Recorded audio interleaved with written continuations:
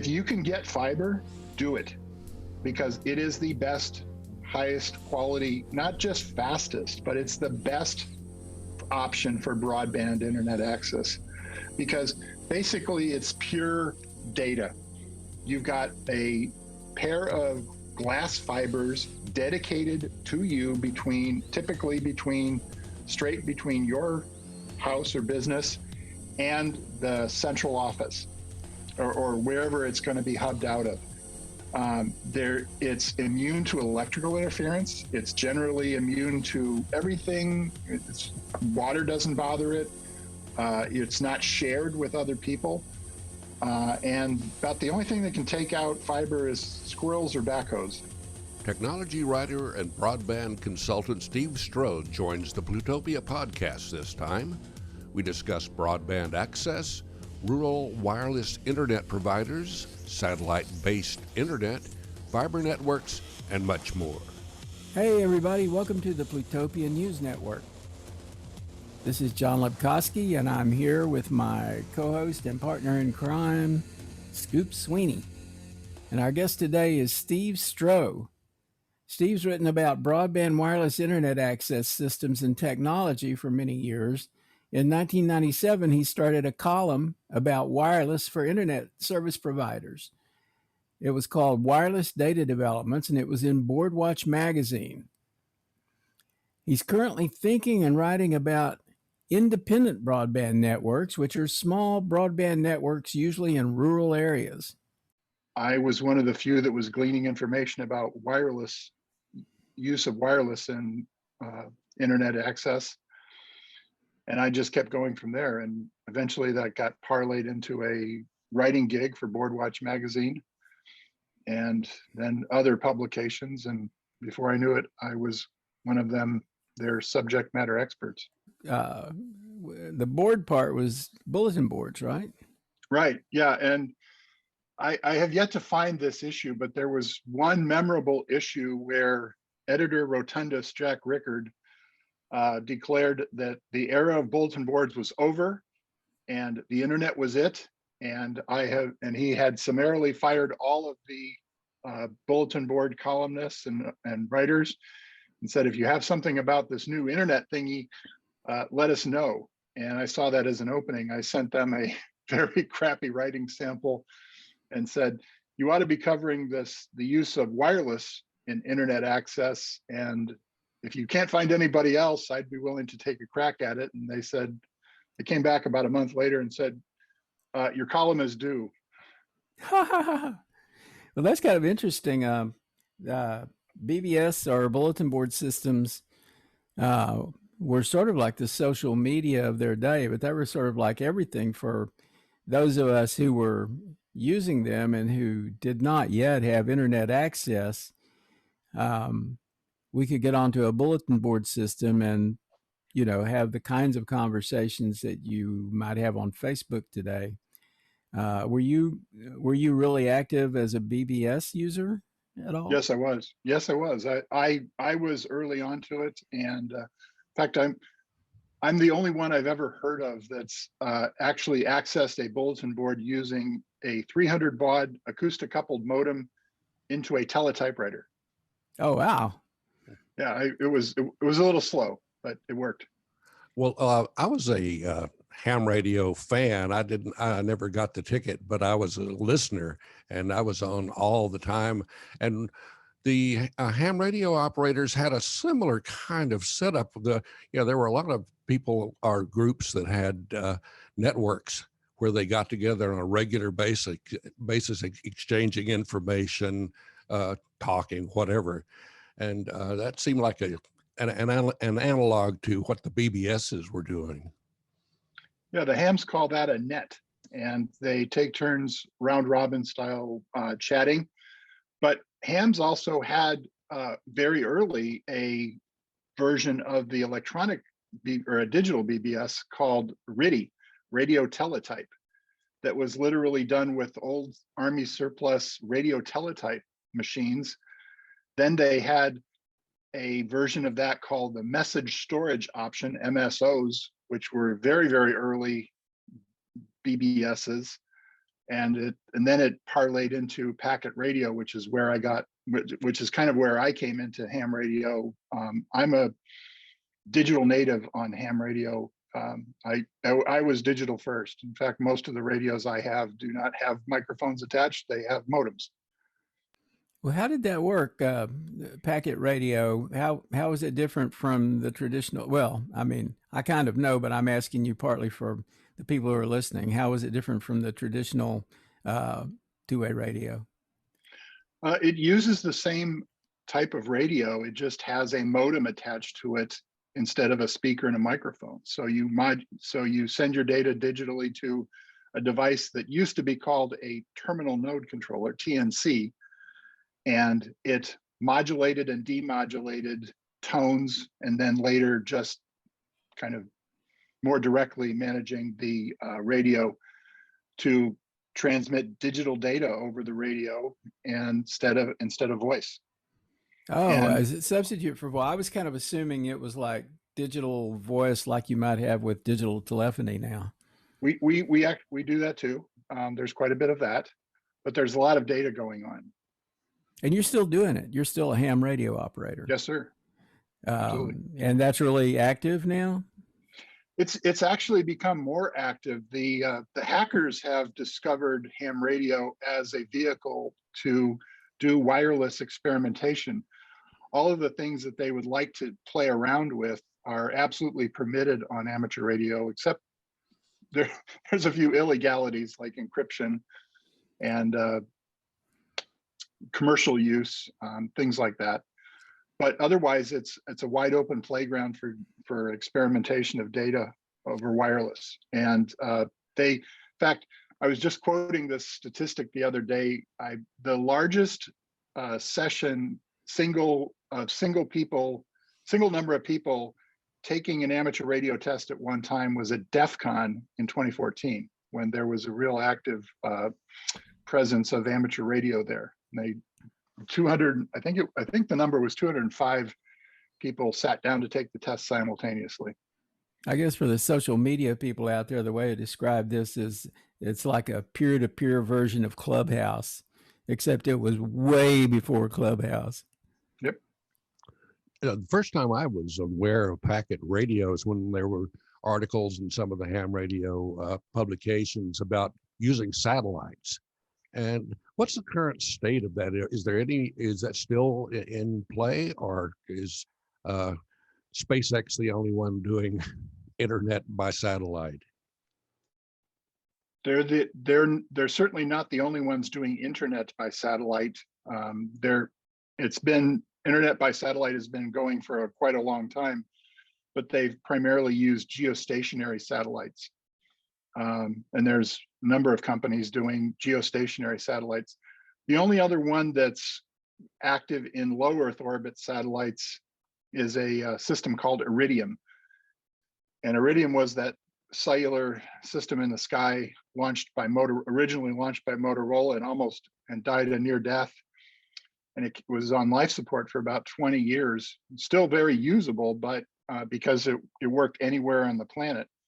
But the satellite technology was very dated until last year, when they did a series of launches enabled by SpaceX to get a series of replacement satellites up. And now their system is it's reasonably broadband, speeds of like 300 kilobits per second, again, anywhere on the planet, but also an awful lot of other services that they layered on top of that satellite capability, like push to talk anywhere on the planet. Tracking. The jet we managed to lose very famously, there's a system that now basically you would really have to work hard to lose a jet with the new Iridium system. I can't remember the brand name basically Iridium hosted several payloads on their satellites that weren't their systems. And one of those was this new airline system that basically tracks planes anywhere on the planet. Is this GPS based, or do they track the squawks from the various airliners? It's its own system. But there are satellites now that are actually listening to the transponders from planes that's a completely separate system. One question I wanted to ask before we got too far into this, and we can come back to this, but um, could you sort of define broadband? People hear the term, but I don't know that they understand exactly what we're talking about when we say broadband. My personal definition is when you can do things like what we're doing in real time. When you've got enough capacity to be able to stream Netflix and do video conferences and do more than one of those things simultaneously, that's broadband. There's a lot of formal definitions of speeds like 25 megabits per second down and 10 megabits per second up. Those are formal definitions, which I think have legal implications for government subsidies and things like that. I'm a lot less hung up on those sorts of things as long as it works reasonably well for the things that you want to do, which is how you and I got started on, which is the genesis of this interview. Well, when did we start to have broadband networks? I'd say we really had broadband networks that were capable of supporting this probably 15 years ago were the first kind of ones. I remember the first one I was a gog at was a friend of mine in Silicon Valley was on a system, was really the first standardized cable modem system, and he had 10 megabits symmetric right in the heart of Silicon Valley. And that was really cool. The rest of us were getting by with less than 1 megabit at the time, with DSL, and then DSL gradually got better, but then cable modems got a lot better, a lot faster. So cable was really the way broadband was delivered at first, right? Broadband was, well, it was quite a horse race, John, because when I started writing, it wasn't a certainty that which system was going to win. There was DSL over phone lines. There were cable modems, and originally the cable modems were one way. The uplink was via telephone. But there were also a heck of a lot of wireless systems. Wireless LANs were just getting started, and people were literally taking wireless LAN cards and soldering an antenna connector onto it, and then running the coax line up to the roof and pointing an antenna at a tower. There was one outfit famously that used a wireless LAN system from a company called Radio LAN. And those guys took the basically no technical rules seriously. And they got 10 megabits per second using 100 megabit channel, 100 megahertz channel. They took the entire 5 gigahertz band and used it all to get 10 megabits per second throughput. And they said, hey, this is great. We can make a business of this. Now, they were very early to it. And of course, that particular technical standard didn't hold, but for about a year, they had quite a business going. So we tend to think that most people have internet access, but how well has actual broadband access proliferated? Isn't it true that in rural areas, people really don't have broadband? That is the real question right now, and how we're going to fix that. So right now, there is a plethora of options, some of them really crappy. So the satellite guys, the geostationary satellite guys would tell you that they have the situation in hand, that everywhere in the continental US, there is internet access via geostationary satellite. And in a very, very technical sense, that's true. You can haul a piece of satellite gear to just about any place on the continental US, pointed at the southern sky, as long as you can see the southern sky, and you can get internet access. The quality of that internet access is pretty bad. For one thing, it's congested because you're trying to serve a very large footprint from one satellite. It gets interrupted a lot. For weather conditions can really screw around with the signal. Keep in mind, you're sending a signal from your home 22,300 miles up into the sky, and you're waiting for the round trip to come back from the satellite, that other 22,000. But keep in mind that you can't, it's not just up and back, it's up, down to a ground station, then you return, the return, the acknowledgement has to come back 22,000 miles and down again. So your round trip is something on the order of 88,000 miles, and that's an appreciable fraction of the speed of light. And so the latency is very bad. So video conferences don't work, VLANs don't work. Lots of things break because the internet, as it evolved, just doesn't accommodate that kind of latency. So satellite, geostationary satellite is the last option that everybody has. Second worst is DSL, basically because the telephone companies have not maintained the copper networks. They're just letting them go down to ruin. They're just milking them for subsidies. Third option is cellular, which actually has the potential to work pretty well. Once we got to 4G cellular, it works pretty well, except that people expect that they're just going to be able to put this little hockey puck down on the kitchen table and connect to a cellular tower that's 5 or 10 miles away, and it might barely connect, but it's not going to be any kind of quality, and it's not going to have enough signal to noise ratio to be able to have a reasonable broadband connection. So if you were to put an antenna on the side of the house and point it at the cellular tower and connect that antenna to the little hockey puck radio, that would work really well. And it turns out that's exactly what probably the best option in rural areas is: the wireless ISPs, the guys that I originally started following when I started writing. These guys have been described at times as broadband cowboys. These are some of the least likely people you would imagine to be in the telecommunications industry. And that when I pointed out to some of these guys that they are now in the telecommunications industry, and says, hell, I'm not in the telecommunications industry. I'm a WISP. I'm a wireless ISP. And just did not get the subtlety of their new position in the world. So what they do is they go out, they see an opportunity where people need broadband and would pay for broadband. They put up a small tower.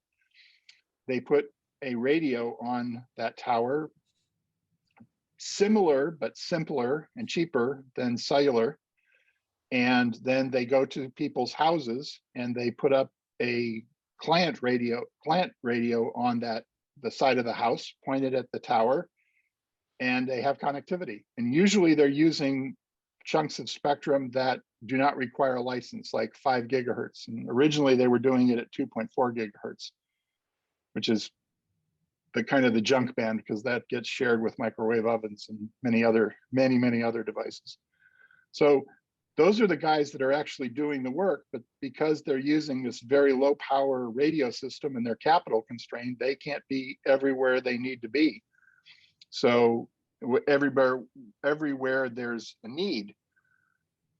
And then what's emerging as kind of the savior of people in rural areas for broadband is now SpaceX's Starlink system, which is kind of the best of all worlds. Imagine it's a wireless ISP in the sky. The satellites are whizzing by, something on the order of, I've seen various descriptions, and I really should run this down. My memory is that there's something on the order of 60 miles up, but that seems awful close. So I'm gonna say 200 or so. Anyway, they're relatively close. Compare that to the 22,300 miles in geostationary orbit. So the latency issues are pretty minimal. You've got excellent response, boom, boom, boom, boom. The tricky part is that they are whizzing by overhead fairly fast. And that used to be a problem until the technology of the 2020s came out. Now, what happens with Starlink is that There you go. I'm glad I fudged on that 60 miles. So the satellite is whizzing by overhead pretty fast, and used to be you had to have literally an antenna that tracked that satellite. And that's the way we do it with amateur radio satellites right now. You have to have an antenna that's pointed directly at that satellite, and it has to stay pointed at that satellite as it goes overhead. So Starlink does the same thing, only they take advantage of a new technology. It's an old technology that's finally getting practical, called phased array antennas. Basically, it's an antenna that physically doesn't move, but electronically it steers itself to track a target. And the very first use of phased array antennas that I ever heard of was on the Navy's Aegis destroyers, when they wanted to be able to track multiple missiles in a carrier fleet to defend a carrier fleet, and mechanical radar antennas were not getting it. And so they have these great big phased array antennas on these Aegis destroyers, and they can track multiple targets simultaneously very fast, because they're just steering the beam electronically. So SpaceX is now able to do this at almost consumer prices. There's various reports that the Starlink terminals are something on the actual cost is something like $2,000, and they're selling it for $500, hoping to make it up in volume. Yeah, the monthly, isn't the monthly something like $99, or I've seen various figures posted about that. It is the service fee is $99 a month. They're not capping it, and your speed is what you get, depending on the constellation at the time. They're not guaranteeing anything, just that it's going to be usable most of the time. Well, I'm looking at on my iPad here. I have the site for connectednation.org, and they've done a canvas pulling in statistics of broadband access by state. And I've pulled up Texas, and when you start with 10 megabits down, 1 megabit up, it's a lot of green filled in there. It shows that a lot of people in Texas have it, but that's pretty limited for the things that we're doing these days. When you get up to 100 by 10, then there's a lot of white space and very little coverage except in the major metros. Are you familiar with any of their work? Not that particular organization, but that the problem with the statistics, Skip, is that they paper over a multitude of sins. For example, DSL is always advertised as speeds up to, and they name a number, which is usually just total fantasy, like 30 megabits per second. At moments they can deliver that 30 megabits per second, but literally DSL depends on how dry it is at the moment, because a lot of the telephone networks that I see here in Western Washington, they've got these cans sitting in a corner of a yard that have been backed over, and it's been bashed open, and the wires inside these cans are exposed to the elements. So anytime it rains, all of a sudden the DSL just goes away. It's the same for cellular. Cellular is impacted by weather, not nearly as, we don't notice it nearly as much because we're usually on our phones, and the phones are very heavily biased for error correction. But cellular is impacted by weather, and especially the broadband connections are impacted by weather, and especially the satellites are impacted by weather. So it's those speed those speed reports are very, very suspicious, and that's one of the devils in the details kind of things that really screws up the broadband allocations, because all those satellite guys, those geostationary satellite guys, and those DSL guys go to the FCC and said, "Hey, we got it covered. We can do this. Just if you name a speed, we'll claim to do it." Yeah, the government here in Texas, the Texas governor has identified broadband access as one of his key programs. Of course, they're also very much anti-regulation and anti-local control. So most people here don't really see that ever happening. Do you have an opinion on whether the management of broadband access should be from a national, state, or local? I mean, what's the best way to do it for the user? I think that it ought. My opinion is that that you basically ought to vote with your wallet. And until now, there hasn't been a really good set of options. But now there is with Starlink. So if you, for example, if you're a low income person and you qualify for the broadband subsidy, you ought to get a chit that you can that you can hand over to any broadband provider that can get you reasonable broadband. And it ought to be on a month-to-month basis. You shouldn't have to sign up for a year. And if a cable modem can get you reasonable broadband, fine, done.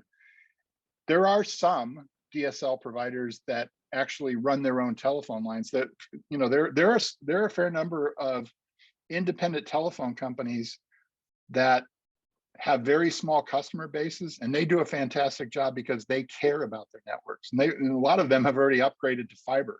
We haven't even touched on fiber yet, which we should. So basically, you should be able to go to whoever can get you broadband now. And I suspect that it's going to get deadly serious now that Starlink can basically serve most of the continental US at speeds that are going to be more than adequate for anything that we want to do in the next 5 years. John, I don't know where you want to fork the discussion to talk about fiber, but I have a few opinions about that.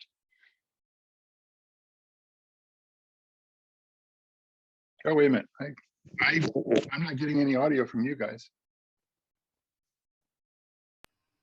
I was muted. I don't know how I got muted. We were both muted. It was a mystery mute. Okay. Anyway, we're back. So, yeah, I'm real interested in talking about fiber for sure. And I've wondered how well those fiber networks are rolling out and how much dark fiber is still sitting unused. I suspect there isn't a lot of dark fiber sitting unused anymore, except where places where there was so much fiber deployed that you don't really need it anymore. There's no dark fiber out in places that need fiber to be lit. People have already figured that out. All that surplus fiber from the tech wreck of 2000 is now been gobbled up by somebody. So here's my take on fiber. If you can get fiber, do it, because it is the best, highest quality, not just fastest, but it's the best option for broadband internet access, because basically it's pure data. You've got a pair of glass fibers dedicated to you straight between your house or business and the central office or wherever it's going to be hubbed out of. It's immune to electrical interference. It's generally immune to everything. Water doesn't bother it. It's not shared with other people. And about the only thing that can take out fiber is squirrels or backhoes. If you can keep it away from squirrels and backhoes, you're going to do great. It's native gigabit ready. The only limiting factor on the speed that you can do over fiber is the electronics on either end, which can be swapped out at will. Once you've got that fiber in the ground or on the poles, it just sits there and works. So if you can get fiber, get fiber. My argument with a lot of what I call the fiber bigots is that they think that so I facetiously say this, but it's not so facetious actually. It's fiber is the answer. What was the question? So they posit that basically we should be working hard to get fiber everywhere, and everything else is a half effort or a poor substitute. And that's fiber to the home. That's fiber to everywhere, every Yeah. business, Last mile. yeah, basically every stoplight. So, and they view wireless as a poor option, and God forbid you should put money into subsidizing satellites, because then you're starving out fiber. And that starving out fiber bit is my hot button, because there was a conference in 2004 that was just came out with the label WTF. And what that stood for was to be determined at the conference. I was one of the two winners that called it, "Where's the fiber?" And here in 2021, that's still a very burning question. Where is the fiber that everybody keeps talking about, that we keep subsidizing, federally, that we keep paying telephone companies to deploy? And it doesn't happen. It just doesn't happen.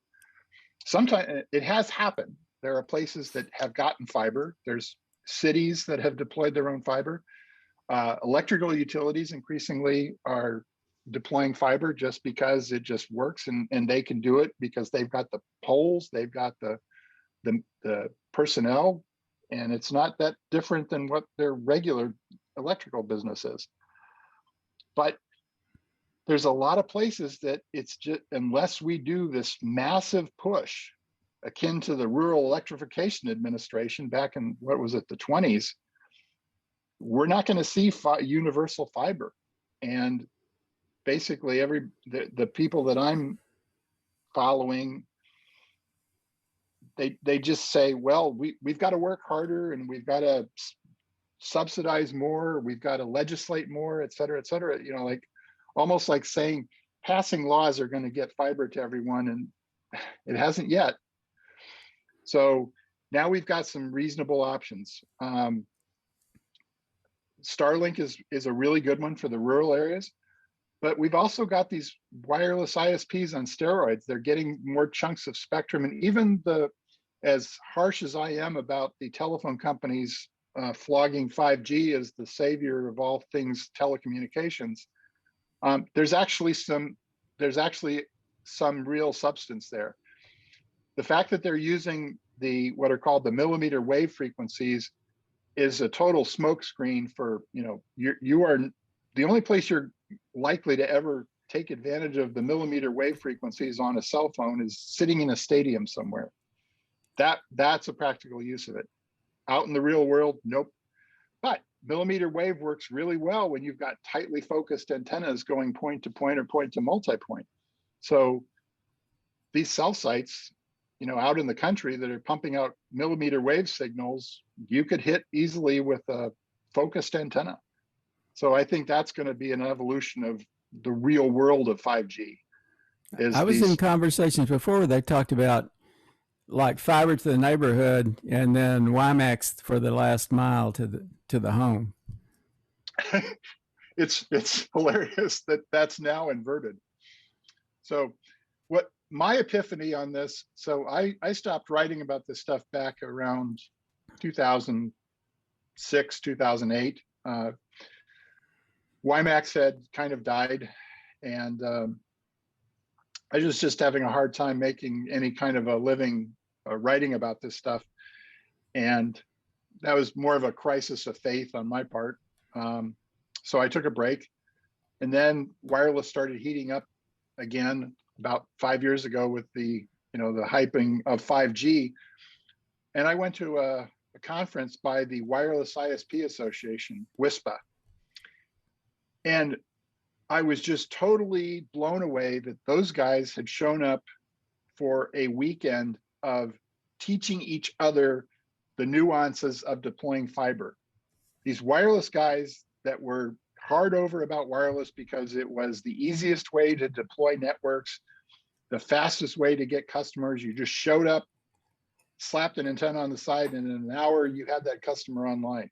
Instead, these guys were starting to deploy their own fiber, because one of the reasons was that there was an awful lot of horizontal boring equipment that had gone, for pennies on the dollar, because all the big boys that were deploying fiber had gone bust, and there was this stuff sitting around.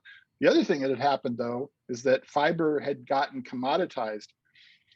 One of the things was, instead of a $20,000 fusion splicing rig from Corning, that you've got to, when you have two pieces of fiber, you've got one coming from the house and one coming from the central office, and you've got to get them. It's very, very exacting. You have to get that lined up perfectly, and then you have to melt the glass perfectly so there's no what's called an impedance lump or an optical imbalance in there. It's got to be perfect and pure for the signal to get through. And that used to be a real pain in the butt to get right. And you had to have very expensive equipment. You almost had to have a clean room in the back of a truck. And the Chinese figured out how to do that kind of stuff for like $500. So these little guys are now deploying their own fiber networks. In fact, my kind of touchstone for what the right options were for broadband was my hometown of Port Clinton, Ohio.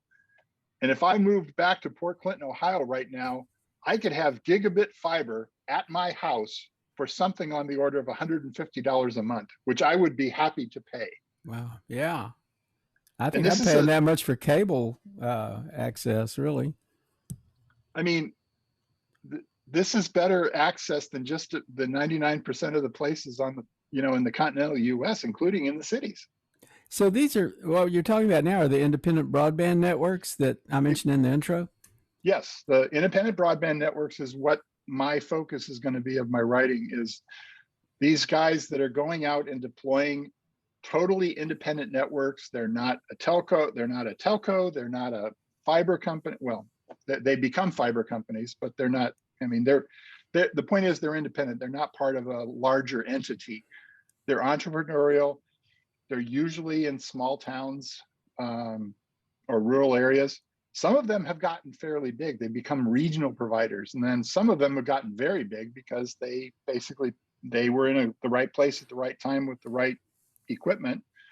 And they were able to get some serious subsidies. And now they're multi-million-dollar enterprises. But yeah, they deploy, to get back to the original fork of this conversation, a lot of times what they'll do is they'll go into a neighborhood. So for example, you're going to build a subdivision and you're starting from scratch, you're starting in a farm field. Well, all the trenches are already open, for deploying the utilities, and, put it underground when it's easy. So these guys go in and put in conduits, and they put fiber to the homes and then bring it to a head end, put a small tower at that head end, and do a point-to-point microwave shot. So you're delivering it to the neighborhood via wireless, and then deploying and then the last few hundred feet is by fiber. And that's what you meant when you said they had kind of reversed what they were trying to do before. Yeah, exactly. Wow, it's kind of fascinating. One of the dangers I see in the history of telecommunications, there used to be a lot more telecom companies, and they were all bought up by the bigger companies. And if you have these guys getting successful, don't you think there's a danger that the big guys are going to go, well, you're successful, we're just going to buy you and put you into our big network, and then you're back where you started? You're absolutely right, and that has been happening. I've watched this happen numerous times. These little guys got bought up by some larger entity, and sometimes those become those eventually get rolled up into the telecom behemoths, and sometimes they become their own entity, and sometimes they go bust. The barriers to entry are low enough that they keep coming in. That's what surprised me. I thought when I got out of the writing business that that things were getting tough enough in this business, and that's what I was hearing from some of the people I was following, that they had just decided to call it quits. They sold off their wireless ISP to some other entity, and they kind of walked away for a while. But what I kept learning this lesson over and over when I was writing, and I completely forgot it, is that technology keeps resetting the playing field. It's like you get boxed in on a chessboard and then somebody just wipes the chessboard. And the technology is doing that. This technology is getting better, cheaper, faster. And there are now entities that can provide you with wireless gear. There's been some new chunks of spectrum that make it easier. And so everybody keeps looking at this afresh, and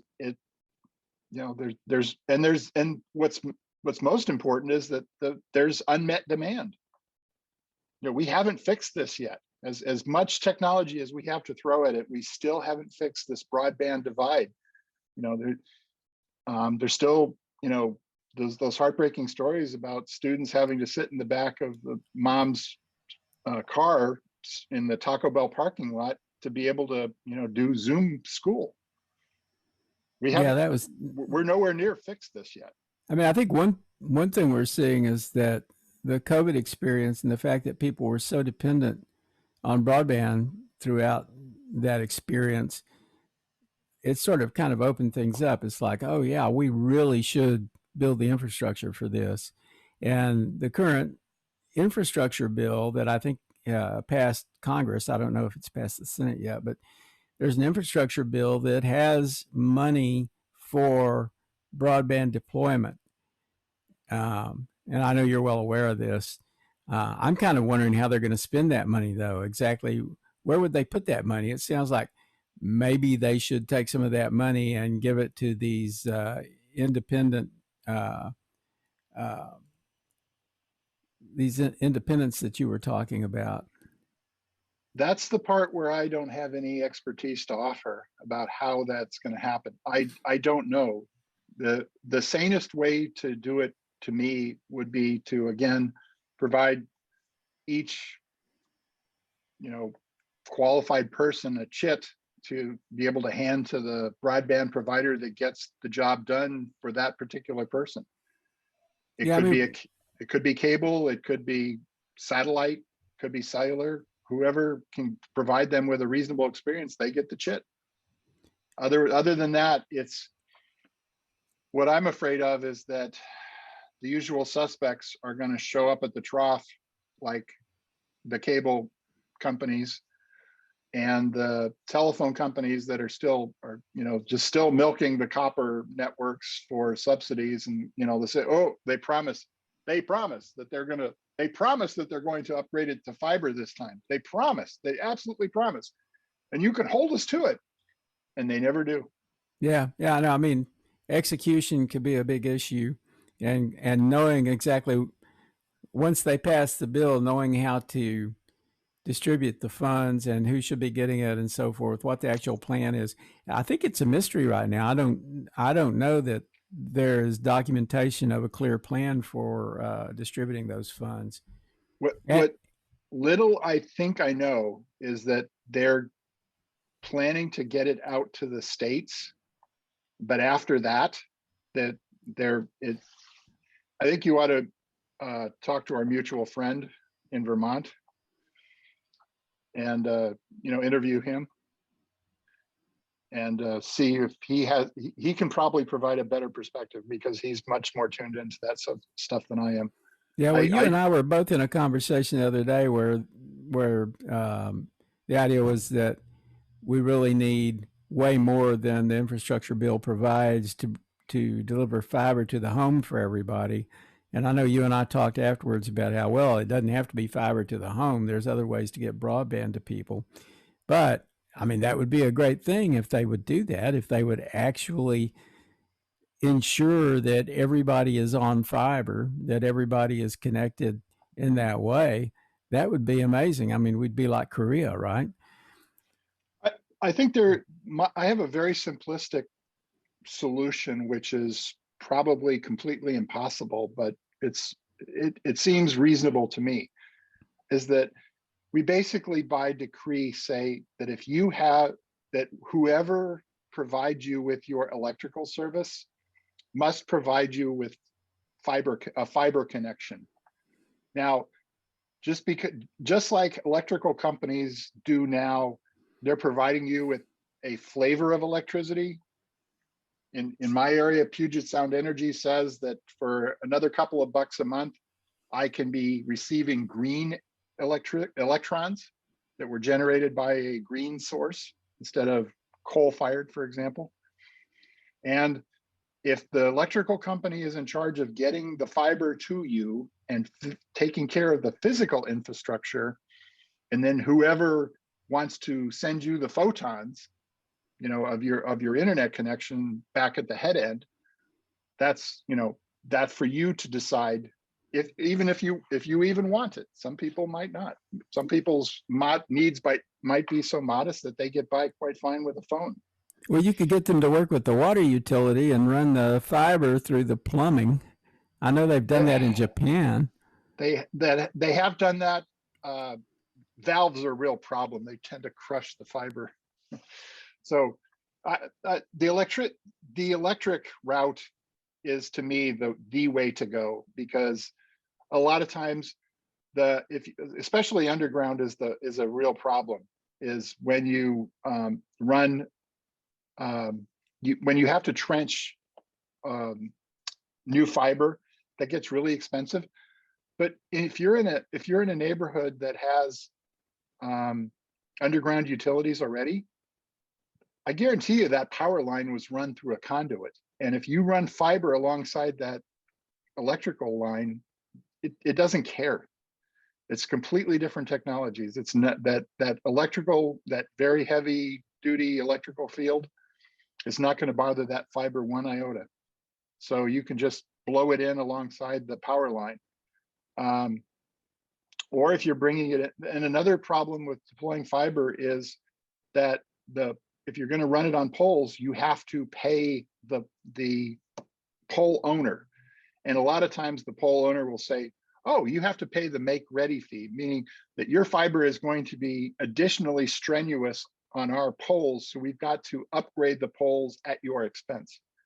But if you mandated that the electrical utility had to do it, well, guess what? No problem on the pole attachments. So that's my simplistic solution, is just simply, mandate that the electrical company has to do this, and there's some reasonable reimbursement, and that fixes 99.9% of the availability of fiber in the US, because almost everybody is using grid power. There's a 0.1% that aren't, and for those folks, Starlink will work great. Well, if the infrastructure funds actually come out, there's a bad precedent. The coronavirus funds went out to the states, and a lot of it never reached the people that really needed it. It went to there were a lot of multi-billion-dollar companies that got help that they didn't need, and they had to eventually give it back. And do you think that we'd have the same problem if the states got the infrastructure funds and just sat on them or gave it to their friends? I suspect that the telecom companies, the cable companies and the telephone companies have such lobbying power, especially in conservative states, that they would basically bend the allocations to benefit them primarily. And cellular companies now, they have just as much lobbying power as the other two. So they would basically write the rules. So for example, you have to have capital reserves of such and such, and that basically nukes the possibility of using the smaller guys. Or must be terrestrial, which nicely writes out the promise of Starlink, things like that. So I don't know. That's above my pay grade. I'm not really qualified to comment on that, other than my bright idea about mandating that the electric companies are the ones in charge of deploying fiber. Well, whenever we talk about 5G, the big controversial elephant in the room is always the 5G protesters. And have you encountered any of that in your work? I've Yes. seen some strange stuff on the internet, and even locally. I live in a rural area just outside of Austin, and we have some very crazy people who want to go burn down 5G towers. Not just want to have. Yeah, in Europe, but there's been a lot of that going on, and This is basically the same pseudo science or ignorance of science that the anti-vaxxers are, that's happening with the anti-vaxxers. It's the same mindset that technology is bad. In it, put it this way, the microwave oven that's in your kitchen is more dangerous to you from non-ionizing radiation than anything that's on a cellular tower. That microwave oven, okay, so just a very brief physics lesson here. The reason that microwave ovens transmit at a frequency of 2.4 gigahertz is that they discovered that 2.4 gigahertz is the most efficient frequency for exciting water molecules, heating them up. So that microwave oven is very efficient at heating food because most food has a lot of water in it. So if you wanted to really do some damage, defeat the interlock of the door on your microwave oven, and then fire up that microwave oven with the door open and point it at something. You would see some spectacular effects. You would literally blind people, because our eyes are the most sensitive organs on our body when it comes to radio frequencies. And so the microwave oven is far more dangerous than anything that's sitting on a tower, 200 or 300 feet up, transmitting over your head. And the device that you're holding in your hand, transmitting back to that tower, is microwatts, milliwatts, thousands of a watt, versus that 500 watts of the microwave oven. So in my opinion, it's not even in the same league to talk about the dangers of 5G and millimeter wave.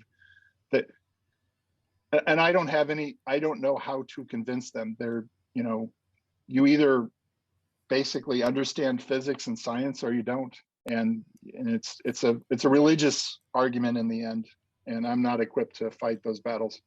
I'm going to have to drop off in a minute. I have to go in there and bury my microwave oven in the backyard. That sounds pretty scary. We're getting near the end of our time, but there's one other thing I meant to bring up earlier, and I don't know whether you know about it, but recently, Google for a long time said that they were going to build a system using balloons. I guess they were going to float maybe wireless access points or something like that. Do you remember that? I do. Do you know why they decided not to do it? I know they shut that down recently. It just in the end, it just wasn't practical. It wasn't scalable. It wasn't economical. One of the issues I heard was that it was tough because it was so high in the sky, and every country has their own unique regulations. It was tough to coordinate the usage of those frequencies when you were within 100 or 200 miles of a country border, and Colombia versus their neighbors wanted to have different regulations and different censorships and things like that. And in the end, it just didn't prove to be practical, which has been the case every time that I've heard of that particular experiment of doing near Earth. The satellites seem to work fine, and because they're in predictable orbits, and terrestrial works fine, but anything between those two doesn't seem to work. And I haven't heard of anybody who's made it work other than for experimental payloads. Now, amateur radio operators, we launch balloons all the time and just let them go. In fact, we've gotten so good about this stuff is that we can put a little payload that weighs literally ounces, and it goes up on a party balloon and stays up for months at a time. I'm just thinking if it was really impractical, you would have thought the Trump administration would have got behind it. Okay. Yeah, sorry. I always have to bring politics into everything. There you go. Steve, this has been a great conversation, and I certainly feel a lot smarter than I did about broadband. I was part of a project here. I sort of like managed a project some years ago. It was in the mid 2000s, I think it was, called Wireless Future.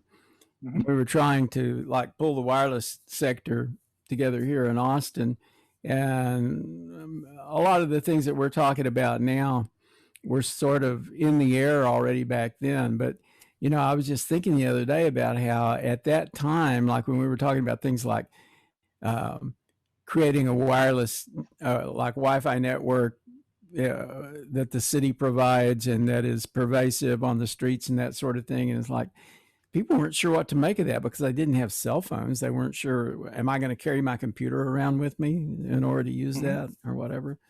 But I think we've really come a long way, and it seems like that we could imagine, especially with the new push through infrastructure legislation, that the day will come when we will have pervasive broadband, even in rural areas.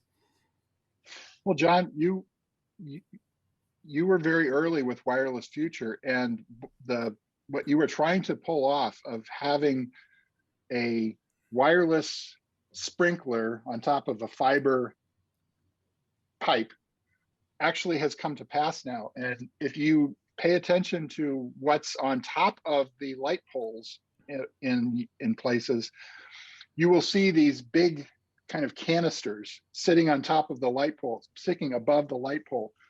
And that's what's called a microcell. And that's a full cell base station, only smaller. And what they've been able to do is been able to kind of put the electronics back in the data center. So there's a very simplified, so that fiber comes up the pole. There's a very simplified radio that basically just says, whatever the fiber says to do, I transmit. And it receives, and it goes back to the data center on the fiber. And they're able to, basically very localize those transmissions. So instead of the great big scary cell tower that they want to build in neighborhoods now, they're just putting them up on poles. And this has happened all over Seattle, where I was originally from. And it works fine. It's kind of what we had imagined. It was broadband in the neighborhoods, short range wireless to deliver it, to your devices. Instead of Wi-Fi, we're using cellular in most cases. Now that particular circumstance really works with the little hockey puck on the kitchen table, because the base station's only a few hundred feet away, and that works fine. So we're in the wireless future now. We are, absolutely. Well, thanks, Steve. We really appreciate it. Yeah. Scoop, did you have something else before we drop? I'm just going to say I'm going to go out and bury my microwave as well. Now, either that or I'll put up a sign that says, don't watch the food cook. I think my mom was right all along. Yeah, it's better advice not to put your face down looking in the microwave oven. I kind of step aside, just knowing what I know. I always like to put some aluminum foil in there and watch the fireworks. Oh. You're a traveling wave tube really loves aluminum foil. Well, thanks a lot. You can follow the Plutopia News Network at plutopia.io. On Facebook, go to @Plutopia News. On Twitter, it's @Plutopia. With John Lepkowski, I'm Scoop Sweeney. This is the Plutopia News Network, 20 minutes into the future.